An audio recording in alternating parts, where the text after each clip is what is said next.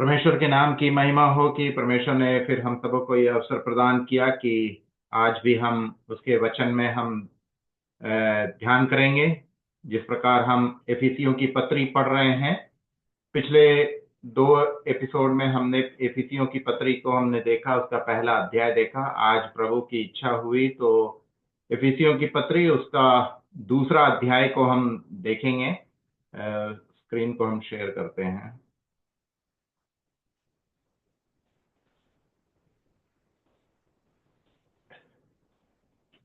तो एफिसियों की पत्री उसका दूसरा अध्याय आज हम प्रभु की इच्छा हुई तो हम इसको पूरा अध्याय देखेंगे। जिस प्रकार हम जानते हैं कि एफिसियों की पत्री पिछले दिनों हमने जब ध्यान किया तो हमने ये पढ़ा कि ये इसका जो लेखक है, साफ जब पहला अध्याय लिखा हुआ था तो पहला अध्याय में पौलुस खुद वो बात को बता रहे हैं कि पौलुस ही इस पत्री का लेखक है। उसके अलावा हम जानते हैं कि ये रोम के कारागृह में जब पौलुस बंदी बनाया गया था, तब वो 4 पत्री को लिखा था। उसमें एफिसियों की पत्री जो है वो सबसे पहला पत्री था। फिर हमने देखा था फिलिपियों की पत्री वहां से लिखा गया, कुलुसियों की पत्री और फिलेमोन की पत्री। ये 4 पत्रियां जो है वो कारागृह से वो लिखा है। और एफिसियों की पत्री को लिखने का जो उद्देश्य था वो भी हमने देखा था। यहाँ पे एक रहस्य की बात जो है वो पौलुस यहाँ पे बताते हैं। तो रहस्य जो चीज है वो तब तक रहस्य है जब तक पता नहीं होता है, लेकिन हमारे लिए ये एक रहस्य नहीं है।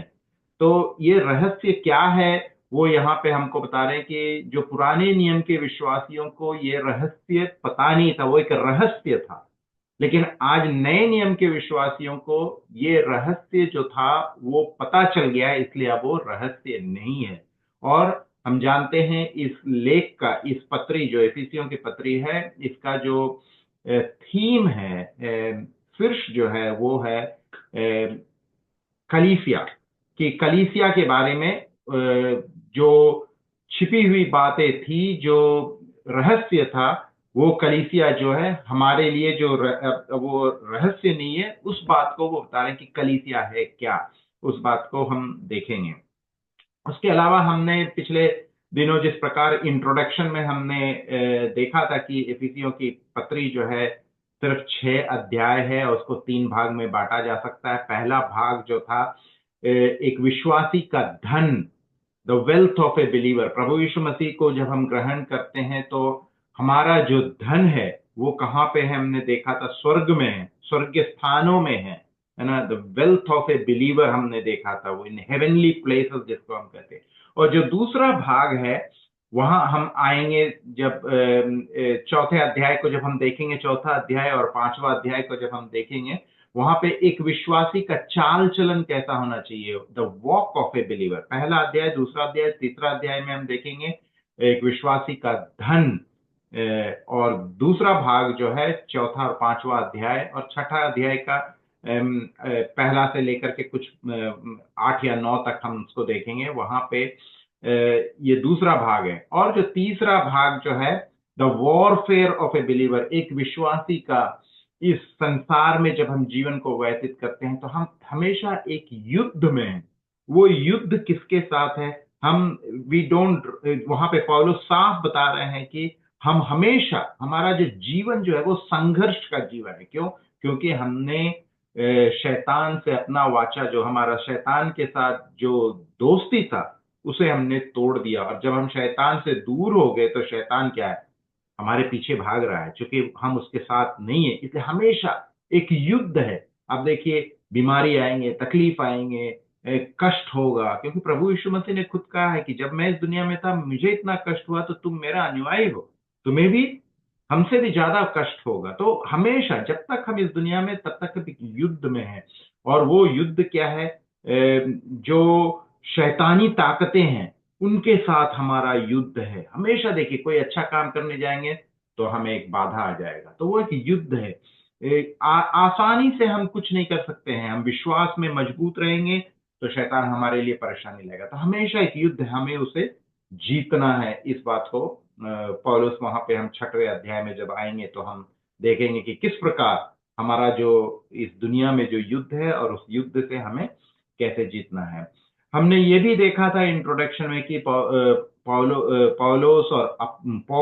और अपोलोस और अकीला और प्रिसिला जो हमने देखा था, इन लोगों ने मिलकर के यहाँ पे कलीसिया का स्थापना किया था। दूसरे मिशनरी यात्रा में जब पौलुस कुरिन्थ गए थे तो कुरिन्थ में वहां पे एक कपल जो थे, दंपति जो थे, अकीला और प्रिसिला से मुलाकात होती है।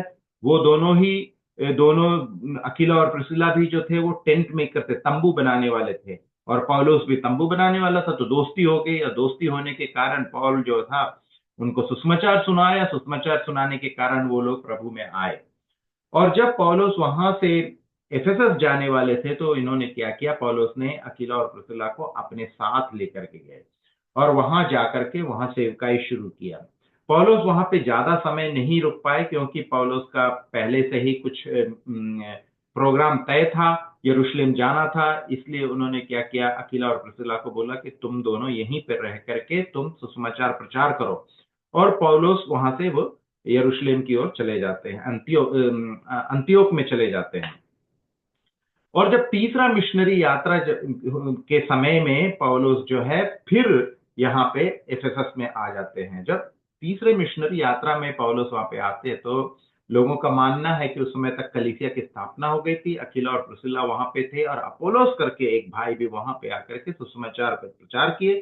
और वहां करीब पहले जो कलीसिया थे उसमें पहले जो विश्वासी लोग थे सिर्फ 12 लोग ही थे। उसमें ज्यादातर लोग यहूदी नहीं थे। यहूदी लोग में अकीला, प्रिसिला और अपोलो से, बाकी लोग वहां के अन्य जाति थे, मूर्ति पूजा करने वाले थे। क्योंकि हमने देखा था वहां डायना और या देवी आर्तेमिस का बहुत बड़ा एक मंदिर था, लोग उसकी पूजा और आराधना करते थे। तो पौलुस वहां पे जब वो एफेसस गए थे तो इतना ज्यादा अवसर है करके इसने क्या किया, पौलुस ने तीसरे मिशनरी यात्रा में फिर वहां पे जाकर के करीब वहां पे 2 साल तक, वहां पे 2 3 साल तक वहां पे वो सुसमाचार प्रचार किए, वचन को सिखाए, और पूरा एशिया माइनर में वचन जो है वहां पे प्रभु यीशु मसीह का सुसमाचार फैल गया। पौलुस चूंकि वहां पे स्कूल ऑफ टायरनस करके वहां पे वो क्लास लेते थे और परमेश्वर का वचन जो है पूरा एशिया माइनर में फैल गया। उसके बाद जब पौलुस वहां से फिर कोरिन्थ जाते हैं, और कोरिन्थ से फिर वापस जब वो यरूशलेम अंतियोक की ओर आने वाले थे तो फिर वो वापस आकर के वहां की सेवकाई किस तरीके से हो रहा है वो देखना चाहता था। लेकिन पौलुस जो है और समय वहां पे व्यतीत नहीं करना चाहता था क्योंकि उसे वापस जाना था। इसलिए माइलेटस करके एक शोर था, समुद्री किनारा था, वहां पे पोर्ट था। वहां पहुंचने के बाद उसने क्या किया, संदेश भेजा एफेसियों की कलीसिया के जो पूर्वज लोग जो थे, एल्डर्स लोग, जो प्राचीन लोग जो थे, उन लोगों को बोला कि मैं अब करीब 10 मील दूरी था माइलेटस से एफेसस। तो बोला मैं वहां नहीं आ सकता हूं, इसलिए तुम लोग यहाँ पे मुझसे मिलने के लिए आओ। तो कलीसिया के लोग और प्राचीन लोग वहां पे पौलुस से मिलने के लिए आए। पौलुस वहां पे उन लोगों को आने वाले समय में पौलुस के जीवन में जो होने वाला है वो पवित्र आत्मा ने उसे दर्शाया है, उसे दर्शन मिला है करके इन कलीसिया के जो प्राचीन लोग थे उन लोगों से अपना जो दर्शन था उनसे शेयर किया। शेयर करने के बाद वो लोग काफी रोने लगे क्योंकि पौलुस बोला कि मेरे जीवन में ताड़ना आने वाले, हो सकता है हम तुमको फिर दोबारा नहीं देख सकेंगे। लेकिन उन लोगों को वार्निंग देकर के जा रहा है, चेतावनी देकर के जा रहे हैं कि जो तुमने काम शुरू किया उस काम में मजबूती के साथ रहना। जो तुमको प्रभु यीशु मसीह ने, परमेश्वर ने तुमको जो भेड़े दिए उनकी सुरक्षा करना, उनकी रक्षा करना।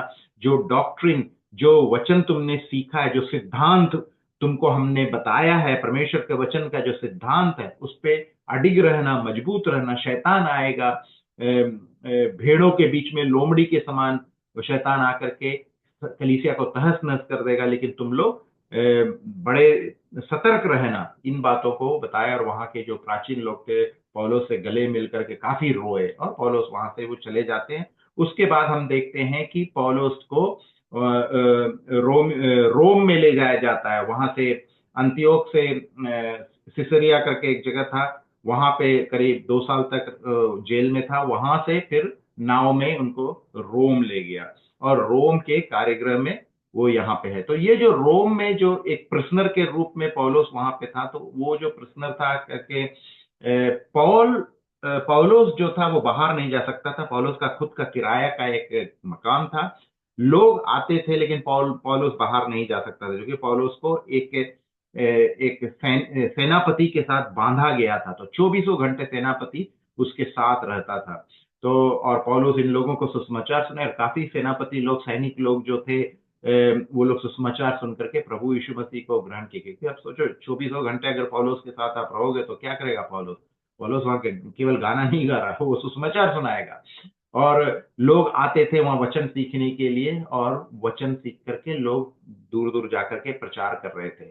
हमने ये भी देखा था 6वें अध्याय में, जब हम आएंगे 21वें आयत में जाएंगे, तो ये जो पत्री जो है, इफिसुस की पत्री जो है, पौलुस, यद्यपि पौलुस ने लिखा है, लेकिन ये बाय हैंड एक व्यक्ति के द्वारा वो हाथ में उनको देकर के बोले इफिसुस के कलीसिया को तुम पहुंचाओ। और वो कौन था? टिकिकस, टिचिकस जिसको बोलते हैं, या टिकिकस जैसे उनका नाम है। वो व्यक्ति जो था, वो व्यक्ति खुद अपने हाथ से कलीसिया में, इफिसुस के कलीसिया के हाथ में वो पहुंचाया।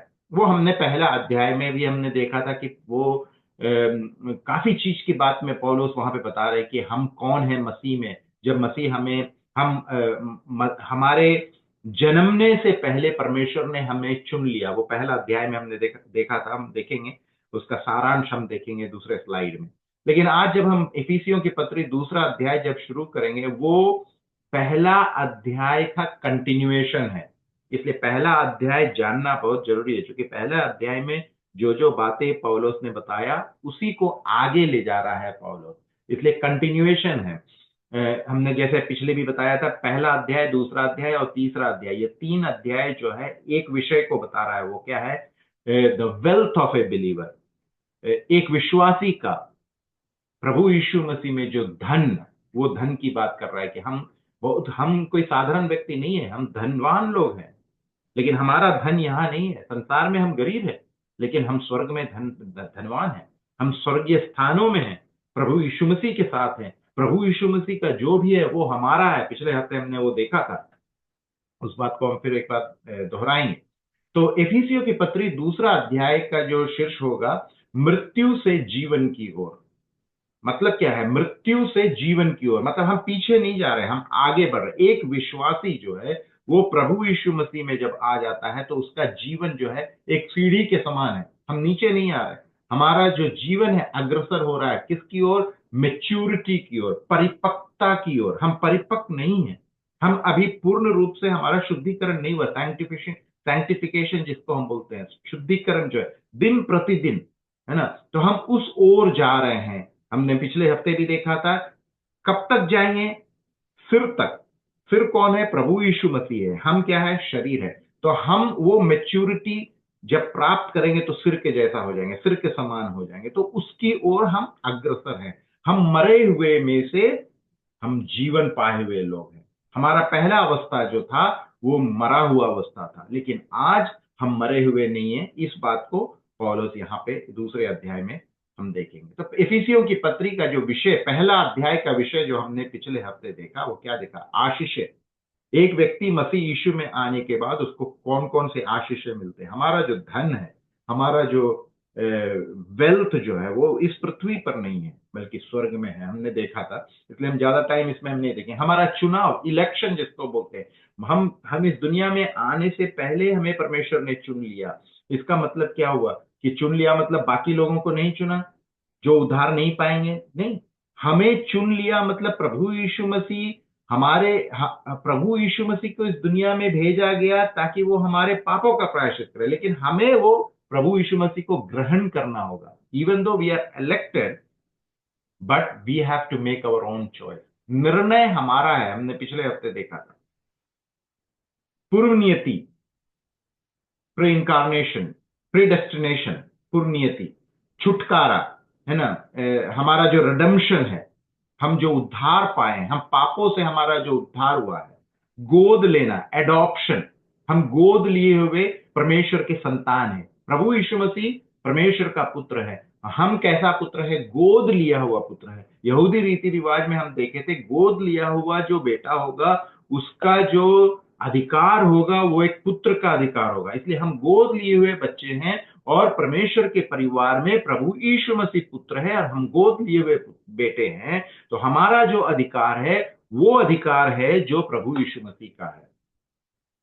परमेश्वर की इच्छा क्या है हमने देखा था, द विल ऑफ गॉड, रहस्य। ये पूरे पूरे किताब में जो है उस रहस्य की बात जो पौलुस लिख रहे हैं वो कलीसिया की बात कर रहे हैं। तो कलीसिया जो है वो नए नियम का एक सिद्धांत है। पुराने नियम में कलीसिया नहीं था क्योंकि वहां पे एक दीवार था, यहूदी और अन्य जाति लोग, जो गैर यहूदी व्यक्तियों के बीच में एक दीवार था। उस दीवार को प्रभु यीशु मसीह ने तोड़ दिया और अब वो दीवार नहीं है, इसलिए ना कोई यहूदी है ना कोई गैर यहूदी है।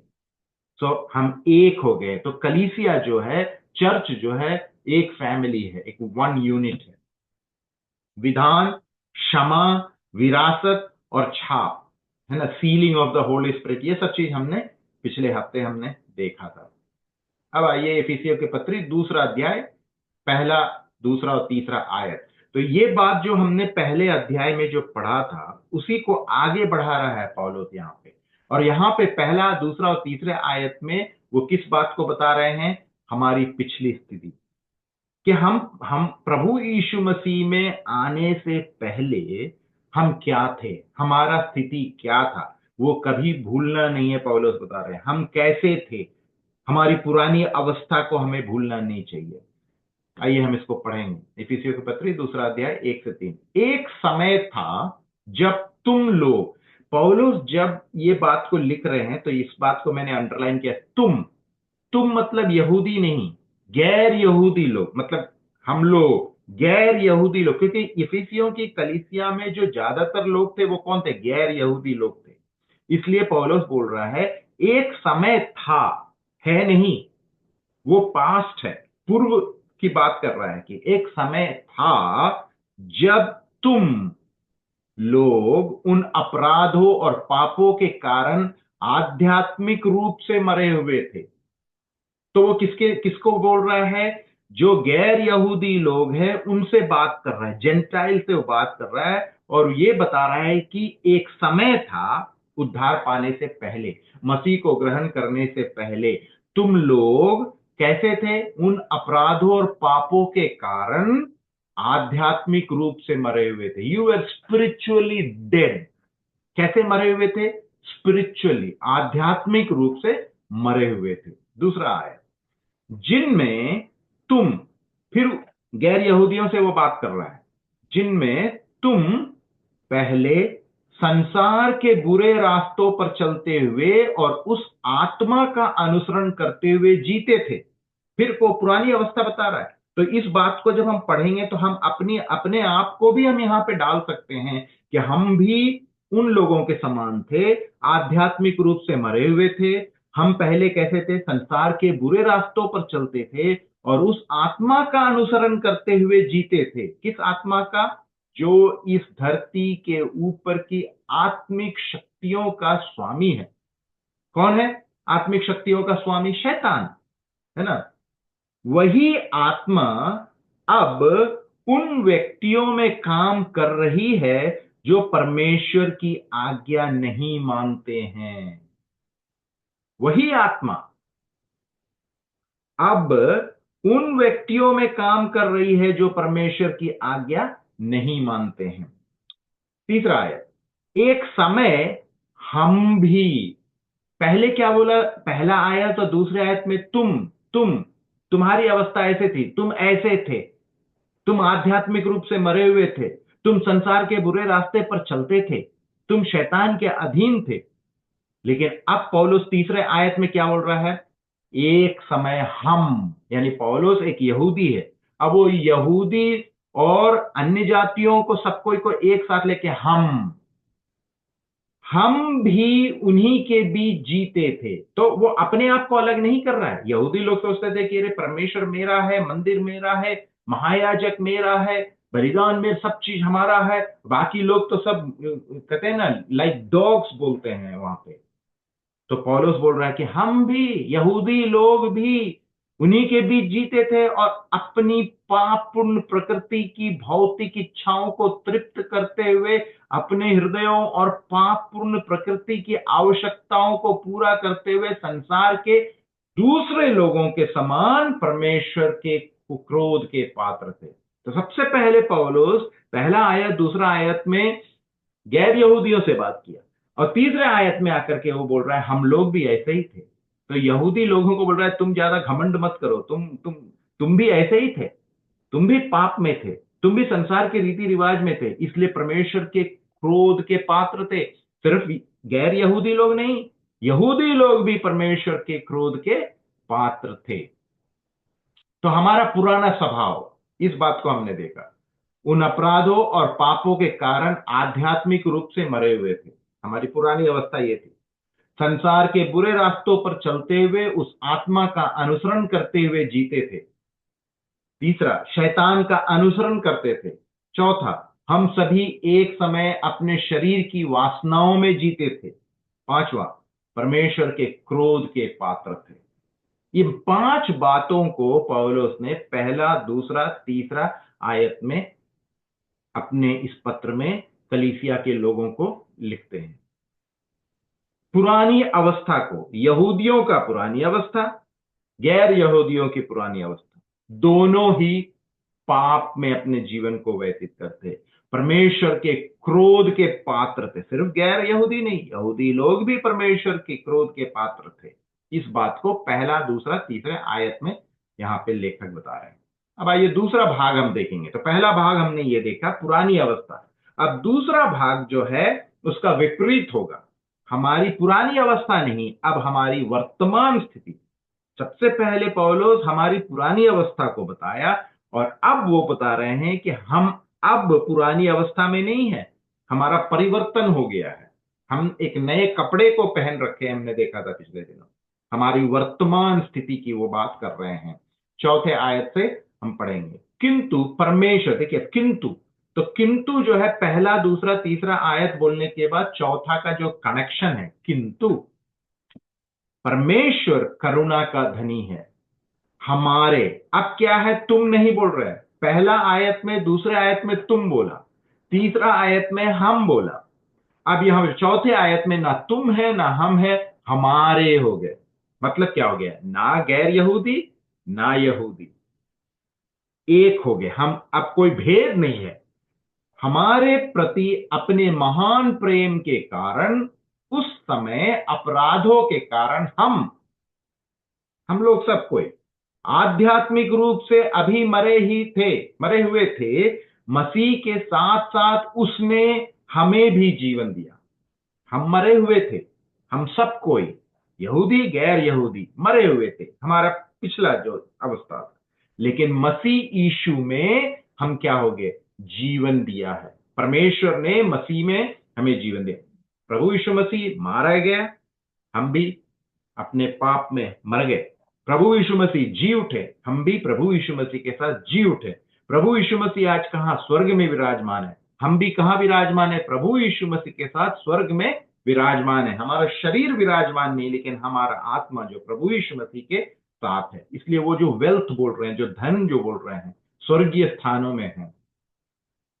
परमेश्वर के अनुग्रह से ही तुम्हारा उद्धार हुआ। इस बात को याद रखना, हमारा उद्धार कैसे हुआ है आगे हम देखेंगे, हमारे अच्छे कर्मों से नहीं। कैसे उद्धार हुआ, परमेश्वर की अनुग्रह से तुम्हारा उद्धार हुआ।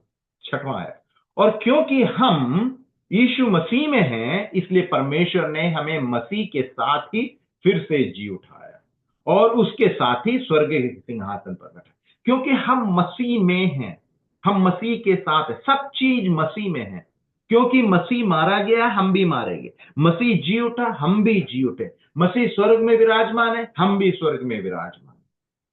छठवें आयत, सातवां आयत, ताकि वह आने वाले हर युग में अपने अनुग्रह के अनुपम धन को दिखाए, जिसे उसने मसीह यीशु में अपनी दया के रूप में हम पर दर्शाया।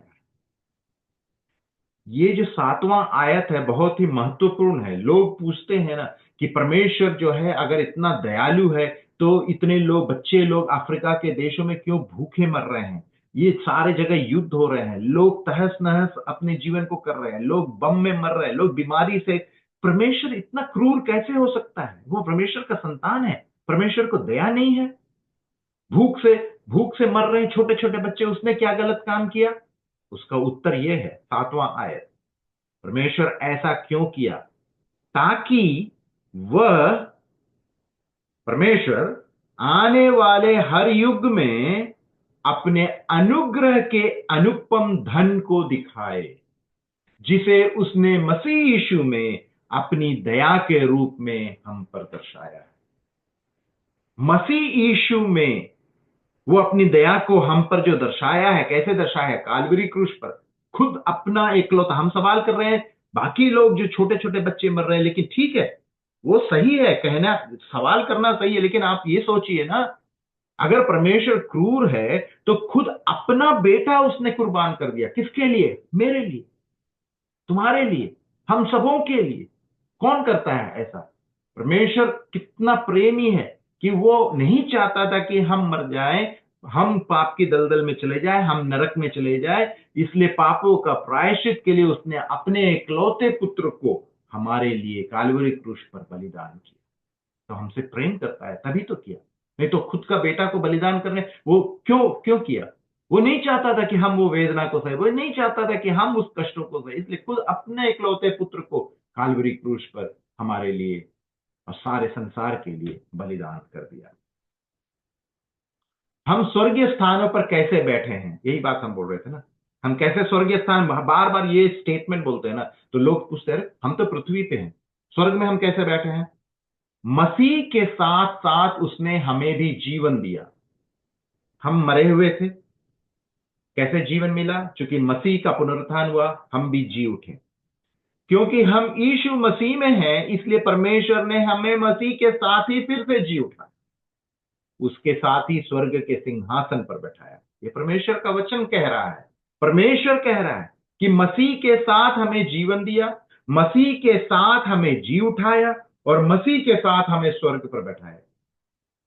क्योंकि परमेश्वर ने प्रभु यीशु मसीह को कहा, भजन संगीता 110 उसका पहले आयत में, sit thou at my right hand. प्रभु यीशु मसीह को बोला, तू मेरे दाहिने बैठ। वो परमेश्वर का सिंहासन है, वो प्रभु यीशु मसीह का सिंहासन नहीं है। वो अपने बेटे को बोला, प्रभु यीशु मसीह को बोला, तू मेरे दाहिने बैठ। हम भी कहां बैठे हैं? परमेश्वर के दाहिने, चूंकि मसीह यीशु वहां पर बैठा है, इसलिए हम स्वर्गीय स्थानों पर बैठे हैं। हमारी वर्तमान स्थिति 8, 9 और 10 में भी यही हम देखते हैं। परमेश्वर के अनुग्रह द्वारा अपने विश्वास के कारण तुम्हारा उद्धार हुआ है। हमने पीछे भी देखा था हमारा उद्धार कैसे हुआ। परमेश्वर के अनुग्रह द्वारा, कभी नहीं भूलना है। किसी पवित्र गंगा स्नान कर करके आपका उद्धार नहीं होगा, तीर्थ करने से आपका उद्धार नहीं होगा, अच्छे कर्म करने से उद्धार नहीं होगा, क्योंकि हमारा कोई भी काम अच्छा नहीं है। परमेश्वर का वचन बोलता है हमारा उद्धार जो है परमेश्वर के अनुग्रह द्वारा, अपने विश्वास के कारण। हमने विश्वास किया और परमेश्वर का अनुग्रह, by faith and by his grace हमारा उद्धार हुआ। यह तुम्हें तुम्हारी ओर से प्राप्त नहीं हुआ है।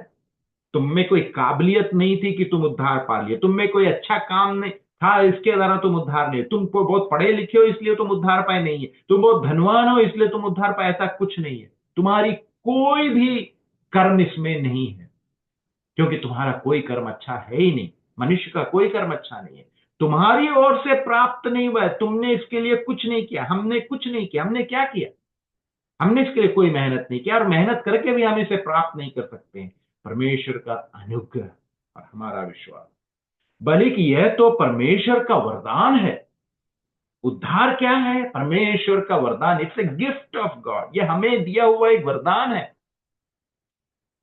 इससे सरल भाषा में हम कैसे पढ़ सकते? इतना सरल भाषा में यह समझाया गया है। 9वें आयत, यह हमारे किए कर्मों का परिणाम नहीं है। हमारे कर्मों का परिणाम नहीं। उद्धार जो है एक वरदान है, उद्धार जो है परमेश्वर का अनुग्रह है। यह हमारे कर्मों का परिणाम नहीं है कि हम इसका गर्व कर सके। कोई व्यक्ति नहीं कर सकता है कि मैंने उद्धार अपने कर्मों से किया, मेरे काबिलियत से हमने उद्धार पाए, मैं बहुत पढ़ा लिखा हूं इसलिए। कोई व्यक्ति घमंड नहीं कर सकता है। परमेश्वर का वचन कह रहा है, मैं नहीं कह रहा। 10वें आयत, क्योंकि परमेश्वर हमारा सृजनहार है, उसने मसीह यीशु में हमारी सृष्टि इसलिए की है कि हम नेक काम करें। जिन्हें परमेश्वर ने पहले से ही इसलिए तैयार किया हुआ है कि हम उन्हीं को करते हुए अपना जीवन बिताएं। परमेश्वर ने मसीह यीशु में हमारी हम सबों की सृष्टि किस लिए की? अच्छे कर्म करने के लिए। इसलिए हमारा और आपका उद्धार अच्छे कर्म से नहीं होगा, बल्कि अच्छे कर्म जो है वो हमारे उद्धार का फल है। Good works are the fruit of our salvation. एक व्यक्ति मसीह में आ जाने के बाद, एक व्यक्ति उद्धार पाने के बाद अच्छा कर्म उसका फल है। आप अच्छा कर्म करेंगे। अगर आप अच्छा कर्म नहीं कर रहे हैं तो आप मसीह में नहीं है। लेकिन अच्छे कर्म के कारण आपका उद्धार नहीं होगा। अच्छे कर्म जो है उद्धार का फल है। मसीह यीशु में हमारी सृष्टि इसलिए की है कि हम नेक काम करें। हमारा उद्धार इसलिए हुआ कि हम अच्छे काम करें। We are saved not by good works, but we are saved for good works, अच्छे काम के लिए। परमेश्वर के अनुग्रह द्वारा अपने विश्वास के कारण तुम्हारा उद्धार हुआ। यह हमारे किए कर्मों का परिणाम नहीं है। यह तुम्हें तुम्हारी ओर से प्राप्त नहीं हुआ, बल्कि यह तो परमेश्वर का वरदान है। आइए अब 11 से 22वें आयत तक को हम देखेंगे। ये तीसरा भाग है। पहला भाग हमने देखा हमारी पुरानी अवस्था। पहला, दूसरा, तीसरा जो हमने आयत देखा था वो हमारी पुरानी अवस्था। 4 से लेके 10 तक हमारी वर्तमान स्थिति। अब 11 से लेके 22 तक जो है हमारी भविष्य की स्थिति। आने वाले समय में भविष्य में हम कैसे होंगे। 11वें आयत। इतनी बातों को बताने के बाद लेखक जो है कलीसिया एफेसस की कलीसिया के विश्वासियों को बता रहे हैं, तुम्हारी अब पुरानी अवस्था क्या था, याद रखना। अब तुम क्या हो, अब ये स्थिति में आने के कारण तुम क्या हो, ये याद दिला रहे हैं। और 11वें आयत से इस बात को याद दिला रहे हैं कि भविष्य की स्थिति क्या है। इसलिए याद रखो। इन दोनों बातों को बताने के बाद अब पौलुस बोल रहे हैं, इसलिए अपनी अवस्था को समझो, तुम क्या थे अब क्या हो। और याद रखो, वे लोग जो अपने शरीर में मानव हाथों द्वारा किए गए खतने के कारण अपने आप को खतना युक्त बताते हैं, वे लोग, कौन लोग? खतना युक्त लोग। विधर्मी के रूप में जन्मे तुम लोग, तो वे लोग कौन है? यहूदी लोग, खतना किए हुए लोग। अब तुम लोग, बार बार जब भी तुम है तो गैर यहूदियों के लिए बात है। तो तुम लोगों को खतना रहित कहते हैं, क्योंकि तुम खतना, शरीर में खतना नहीं किया, फ्लैश है ना, सर्कमसिशन ऑफ द फ्लैश इसको बोलते हैं। 12वें आयत। उस समय तुम, अगेन गैर यहूदी लोग, तुम क्या थे? खतना रहित लोगों को बोल रहा है। गैर यहूदी लोग खतना रहित लोग हैं। उस समय तुम बिना मसीह के थे। मतलब हम लोग कैसे थे? बिना मसीह के थे। तुम इस्राएल के बिरादरी से बाहर थे। परमेश्वर ने अपने भक्तों को जो वचन दिए थे उन पर आधारित वाचा से अनजाने थे, तथा इस संसार में बिना परमेश्वर के निराश जीवन जीते थे। इन बातों को बताया कि अवस्था, हमारी जो पुरानी अवस्था जो थी, खतना रहित हमें जो कहा जाता था, तो हम कैसे लोग थे? यहूदी लोग जो थे वो खतना युक्त थे, और वो लोग घमंड करते थे, गर्व करते थे कि ये मंदिर मेरा है, हम परमेश्वर के लोग हैं और तुम लोगों का कोई लेना देना है। तो मंदिर के हम दिखाएंगे, वो एक मैप है, वहां पे मंदिर में भी, जो पुराने नियम में मंदिर था, एक दीवार खड़ा कर दिया था। यहूदी और गैर यहूदी के बीच में एक दीवार था। यहूदी लोग ही मंदिर के अंदर, वो कोर्टयार्ड के अंदर ही जा सकते थे। गैर यहूदी लोगों के लिए एक दीवार खड़ा कर दिया था, दीवार के बाहर ही रह सकता था। तो यहूदी लोग गैर यहूदी लोगों को बहुत नीचा समझते थे। इन संसार में बिना परमेश्वर के निराश जीवन जीते थे। 13वें आयत में इन बातों को बोलने के बाद अपोलोस, किंतु अब तुम्हें जो कभी परमेश्वर से बहुत दूर थे, पहले क्या बोला? तुम परमेश्वर से बहुत दूर थे। अब यहां बोल रहा है जो पहले परमेश्वर से बहुत दूर थे, मसीह के बलिदान के द्वारा, मसीह यीशु में तुम्हारी स्थिति के कारण परमेश्वर के निकट ले आया गया। तुम परमेश्वर से दूर थे, लेकिन मसीह के द्वारा हम परमेश्वर के करीब आ गए। यहूदी लोग जो मसीह के परमेश्वर के करीब अपने आप को समझते थे और तुमको परमेश्वर से दूर मानते थे, अब मसीह यीशु ने क्या किया, तुम्हें भी परमेश्वर के करीब कर दिया। इस बात को हम यहां पे देखते हैं। खतना युक्त बनाम खतना रहित, ये 11वें आयत में हम देखा। तो वे लोग जो बोल रहे हैं यहूदियों के लिए बताया गया, क्योंकि वो लोग खतना युक्त थे, अपने फ्लैश का सर्कमसेशन करते थे। तुम लोग गैर यहूदी लोग जो है, अन्य जाति लोग हैं, खतना रहित है, क्योंकि उनका सर्कमसेशन नहीं होता था। 12वें आयत में हमने देखा मसीह यीशु बिना क्या थे हम, तुम मसीह से रहित थे, इस्राएल के राष्ट्र से अलग किए हुए थे, प्रतिज्ञा की वाचाओं से अजनबी थे, तुम्हारे पास कोई आशा नहीं थी और संसार में परमेश्वर से रहित थे। तो हम लोगों का जो अवस्था है, गैर यहूदी लोगों का, कोई भी चीज में हम थे ही नहीं, हमारा कोई लेना देना था ही नहीं, हम मंदिर के अंदर भी नहीं आ सकते थे, हम परमेश्वर का नाम भी नहीं ले सकते। हमारी वो पुरानी अवस्था थी। इस बात को पौलुस बता रहे हैं। तब बदल क्या गया, क्या बदल गया? 13वें आयत में हमने देखा ये जो हम सब चीज अभी हमने जो 12वें आयत में देखा, तुम मसीह से रहित थे, इस्राएल के राष्ट्र से अलग थे, प्रतिज्ञा की वाचाओं से अजनबी थे, तुम्हारे पास कोई आशा नहीं था, संसार में परमेश्वर से रहित थे। यह था पुरानी अवस्था। लेकिन यह अवस्था से हम बदल गए हैं, अब यह अवस्था नहीं है। तो यह अवस्था कैसे बदल गया? 13वें आयत में लिखा है, मसीह के बलिदान के द्वारा, मसीह यीशु में तुम्हारी स्थिति के कारण परमेश्वर के निकट ले आए। ये कैसे संभव हुआ? मेरे कर्मों से संभव नहीं है, मैंने कुछ नहीं किया, आपने कुछ नहीं किया। मसीह के बलिदान, उसके काल्वरी क्रूस पर जान देने के कारण और हम मसीह में स्थित होने के कारण, चूंकि हमने अपना विश्वास भरोसा प्रभु यीशु मसीह पर डाला है, उसे अपने उद्धारकर्ता के रूप में माना है, इन दो कामों के कारण, मसीह के बलिदान के द्वारा और मेरा जो विश्वास मसीह यीशु पर है उसके द्वारा हम उसमें स्थित हैं, परमेश्वर के निकट हम आ गए। तो हमें कौन ले आया? दोनों काम जो है वो मसीह के द्वारा हुआ है, हमने कुछ नहीं किया। परमेश्वर और मनुष्य के बीच में जो दूरी थी उसको दूर करने वाला मसीह यीशु है। वो एक ब्रिज है, एक ब्रिज जो होता है ना, नदी के ऊपर से जब जाता है, पुलिया, वो एक पुल है। तो प्रभु यीशु मसीह जो है एक पुल है हमें परमेश्वर के पास ले जाने का।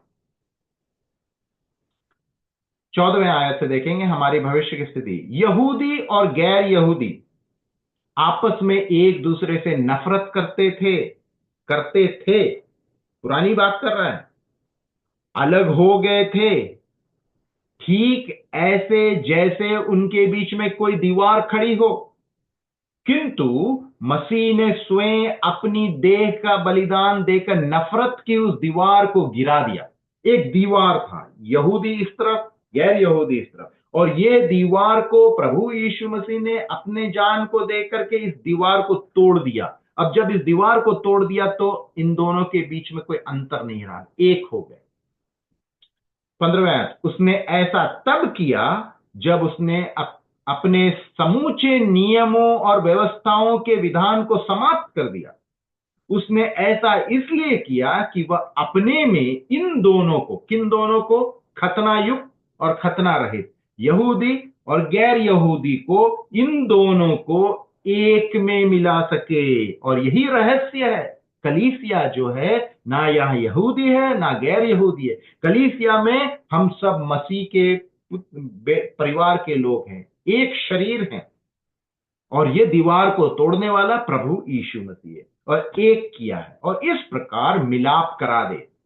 क्रूस पर अपने मृत्यु के द्वारा उसने उस घृणा का अंत कर दिया। इस घृणा का अंत कैसे हुआ? प्रभु यीशु मसीह के काल्वरी क्रूस के बलिदान के द्वारा हुआ।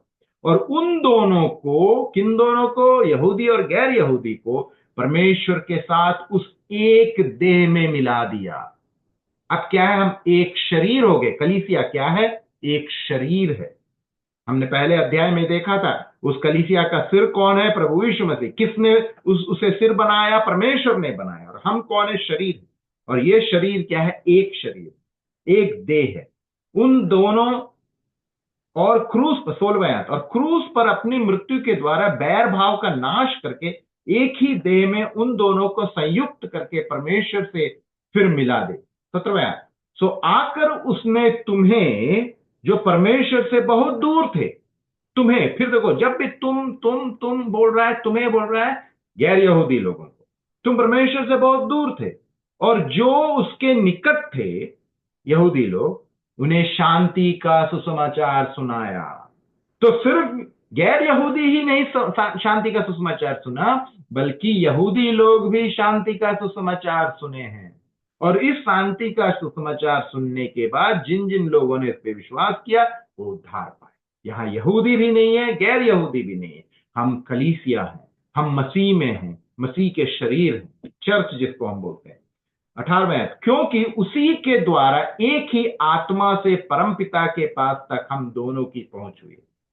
हम दोनों की पहुंच, यहूदी और गैर यहूदी, यानी कलीसिया की पहुंच परमेश्वर तक कैसे हुई? एक आत्मा, वन स्पिरिट। हम में जो आत्मा है और यहूदियों में जो आत्मा है वो परमेश्वर का आत्मा है, और वो ये आत्मा जो है हमें परमेश्वर के साथ जोड़ता है और हम परमेश्वर के करीब ले जाता है।